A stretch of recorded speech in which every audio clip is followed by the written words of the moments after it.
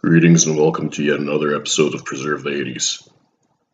I went back to Dollar General today to get some more bizarre assorted snacks. They're different pretty much every week. When I entered the store, and a rather strange looking fellow with teeth yellow as corn said to me, "Don't tell them I sent Dave away." I don't know who Dave is or what he meant by sending him away, but I told him I would not. And that seemed to make him happy enough that at least, or content enough in that he wasn't going to face penalties for whatever he did to Dave, that he walked away. But that's not really the topic of the video. The topic is some more obscure snacks, which we'll get to in just a moment. You've probably noticed the Jets sweatshirt. We Jets fans are a lot like Giants fans, only without the multiple Super Bowl rings and the general will to live. But with that said, we'll get into the latest round of snacks. First up is this Mountain Explosion soda, or Mountain Explosion from Clover Valley. They have a lot of sort of off-branded drinks that are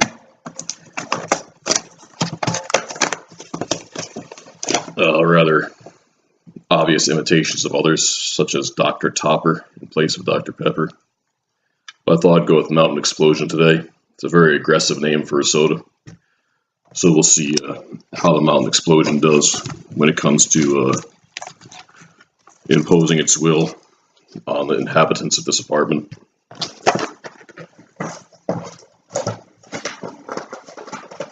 Speaking of inhabitants, Ripley will be joining me on this magical mystery tour, as the store has some strangely branded cat food.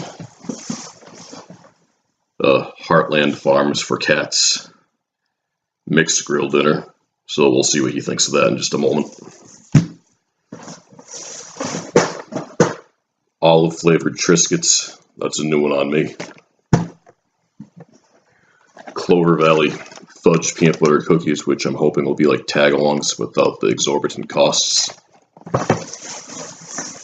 Clover Valley mini marshmallows. Looks like they're trying to copy sort of the Kraft look, but it ends up looking more like the gay pride flag. But to each their own.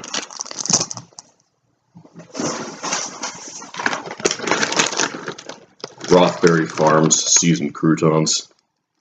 I don't know what flavor they are. It's a question. It doesn't say how they're seasoned. But in 2016, they won the Chef's Best Taste Award. I don't know if anybody else is in the running, but we'll find out sooner or later. Weiler's Light.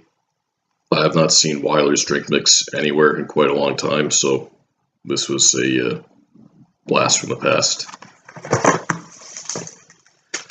Butterfinger Crisp Bars, which are in a 6-pack. That's something I haven't seen in the past. Refresh Mini Diffusers. So there's been a god-awful smell in my car lately. Sort of like Dinty Moore stew gone bad. I can't figure out what's causing it. Maybe that will cure it. Liquid Center Sunny Delight Gummy Snacks.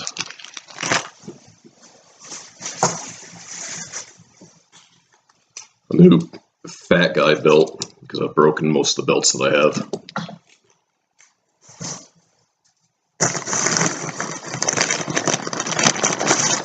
Some irregular crew socks. My socks have been disappearing for some reason lately. Replenish the supply. Lemo Lunch cookies. You may remember the Vanna Lunch from the last Dollar General video.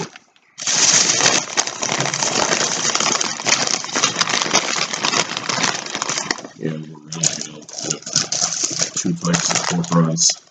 We have Golden Flake and Max. Blessed are the poor in appearance, for the bounty of pork rinds shall be theirs.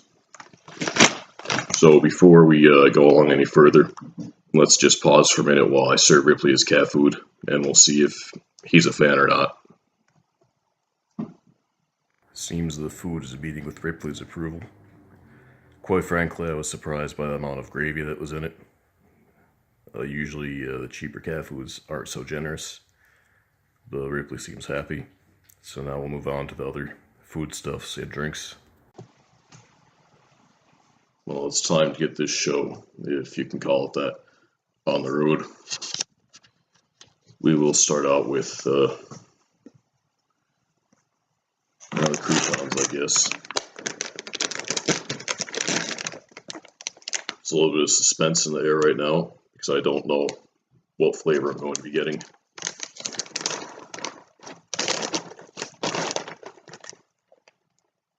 I'm sort of indeterminate. Looks like it might be the garlic and rosemary family.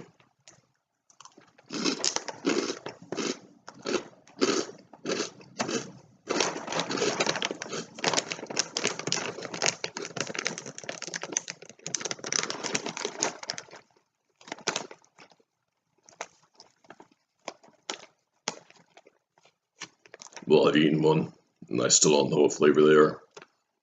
So I don't know how they won that Best Taste Award. They're not terrible, so I wouldn't give them a Worst Taste Award either. But they're pretty pedestrian as croutons go.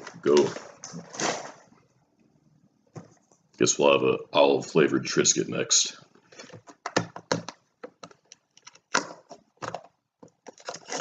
It's about as close to a Mediterranean vacation as I'll ever get.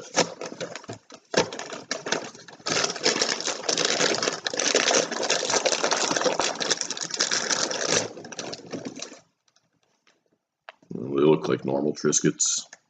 A little bit of some green speckling. So, well, here goes nothing.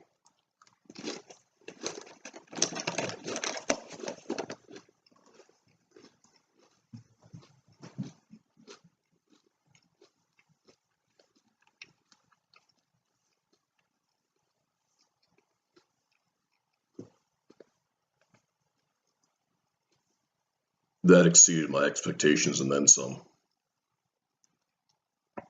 It's like a whole Kalamata olive party with every bite. These might become part of the regular snack rotation for me. I guess we'll move on to the Weiler's light lemonade drink mix.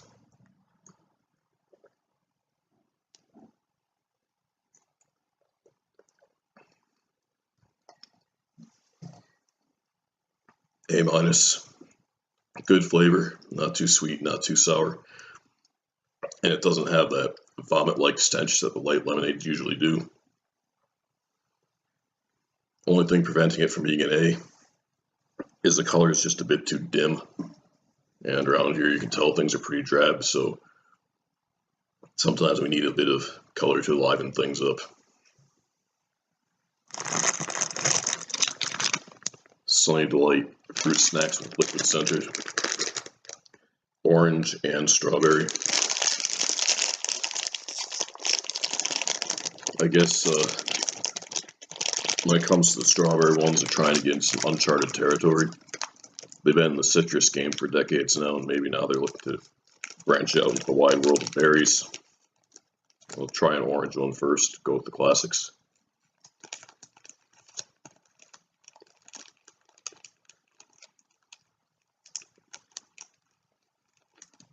Didn't seem to be any liquid in that one. Try a strawberry.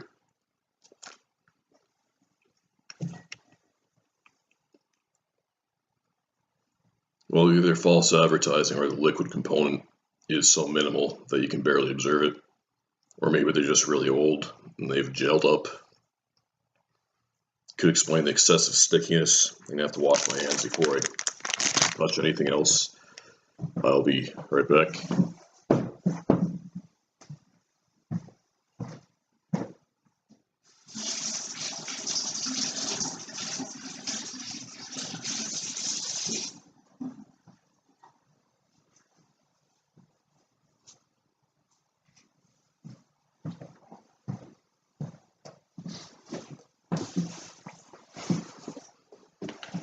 All right, now we have two types of pork rinds. We have Max and Golden Flake.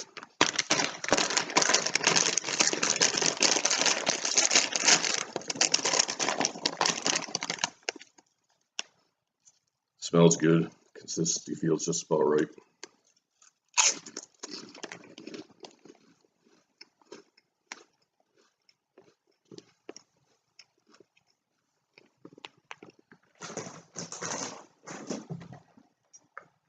That'll be hard to top, but maybe Golden Flake is up to the task. We shall see.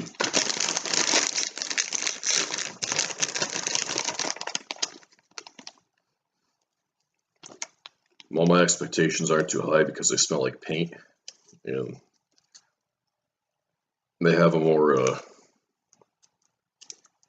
like alternating hard and soft feel than the Max pork rinds did. But appearances can be deceiving sometimes, so maybe that will be the case here.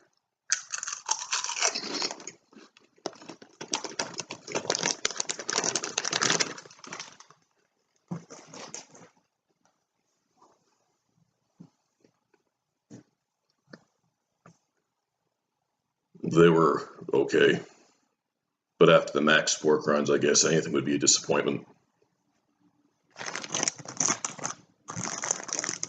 Time for the marshmallows.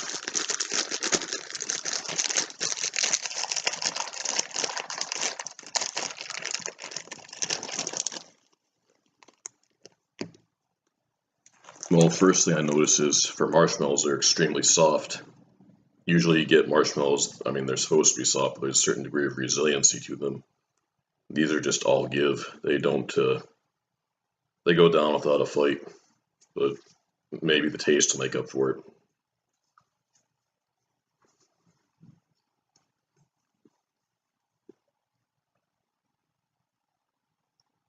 That was sort of like a solid version of marshmallow fluff.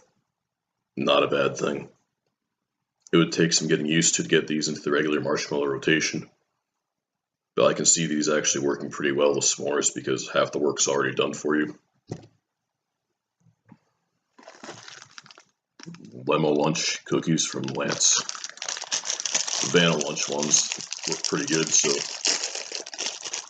we'll see if the lemon ones can hold a candle to them or not.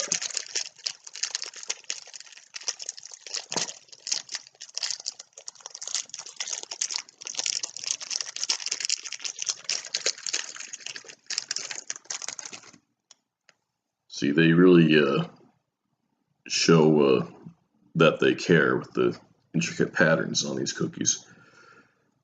They could just mail it in with a simple Lance sign, but no.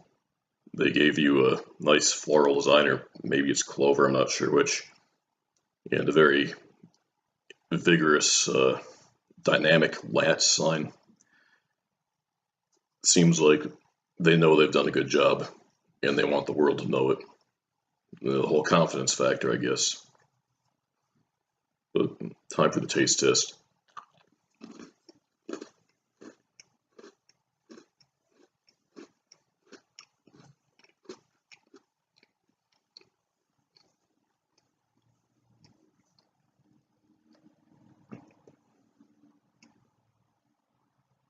They're good, but unusual. The lemon filling, it tastes very similar to what you get in a lemon pie. Sort of a crossover experience. It feels a little wrong, but I like it. It's more this lemonade. It's proven to be a more lemony afternoon than most.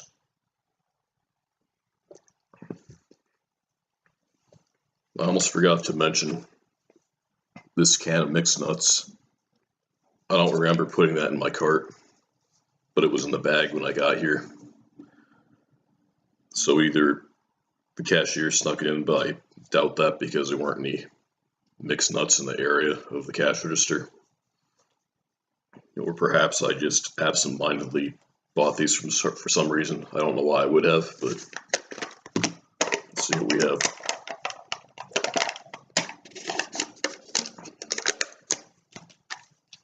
Well, it says it's less than 50% peanuts.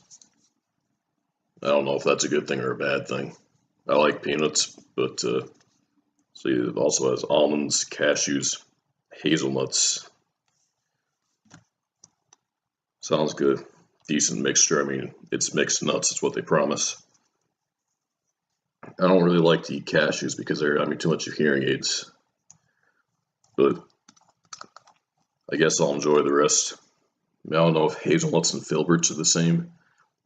They look a lot alike.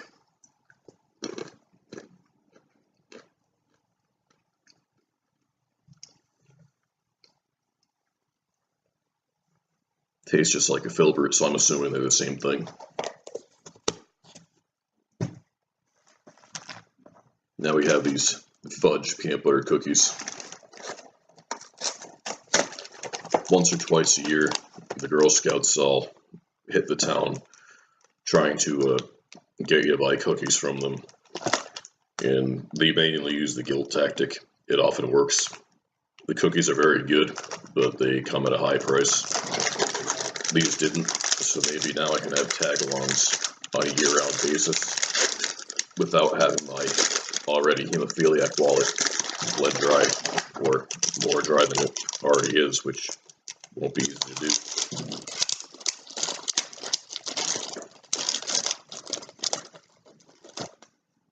Same shape, same consistency of a tag-along.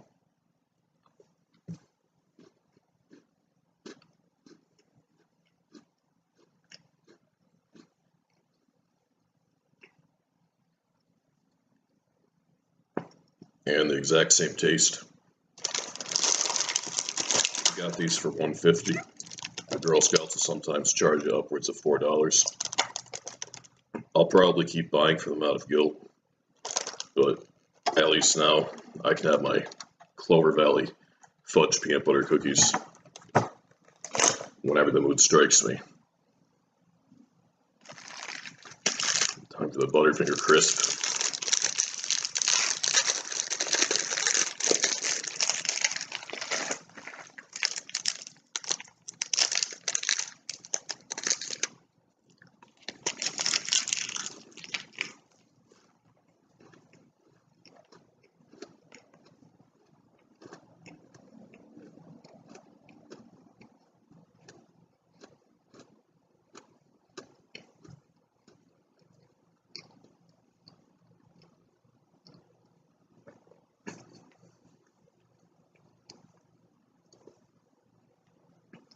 I spend too much time chewing, wasting valuable filming time. Well, probably not really all that valuable, but it's a waste of time nonetheless.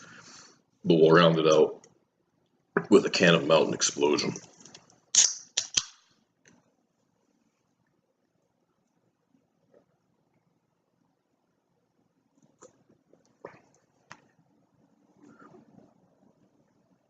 It's pretty much indistinguishable from Mountain Dew, except it might be slightly more fizzy. It's not really dynamic enough that it merits being called Mountain Explosion. Maybe Mountain Appearance would be something more fitting. Mountain Occurrence, Mountain Existence, but I guess those just aren't very catchy names. So Mountain Explosion it is. So on the whole, most of these snacks are pretty good. I wasn't impressed with the Sunny Delight gummies, but other than that, everything was passable or better.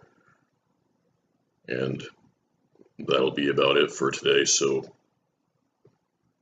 keep on expanding your waistlines and your horizons by being open to unusual snacks. Farewell.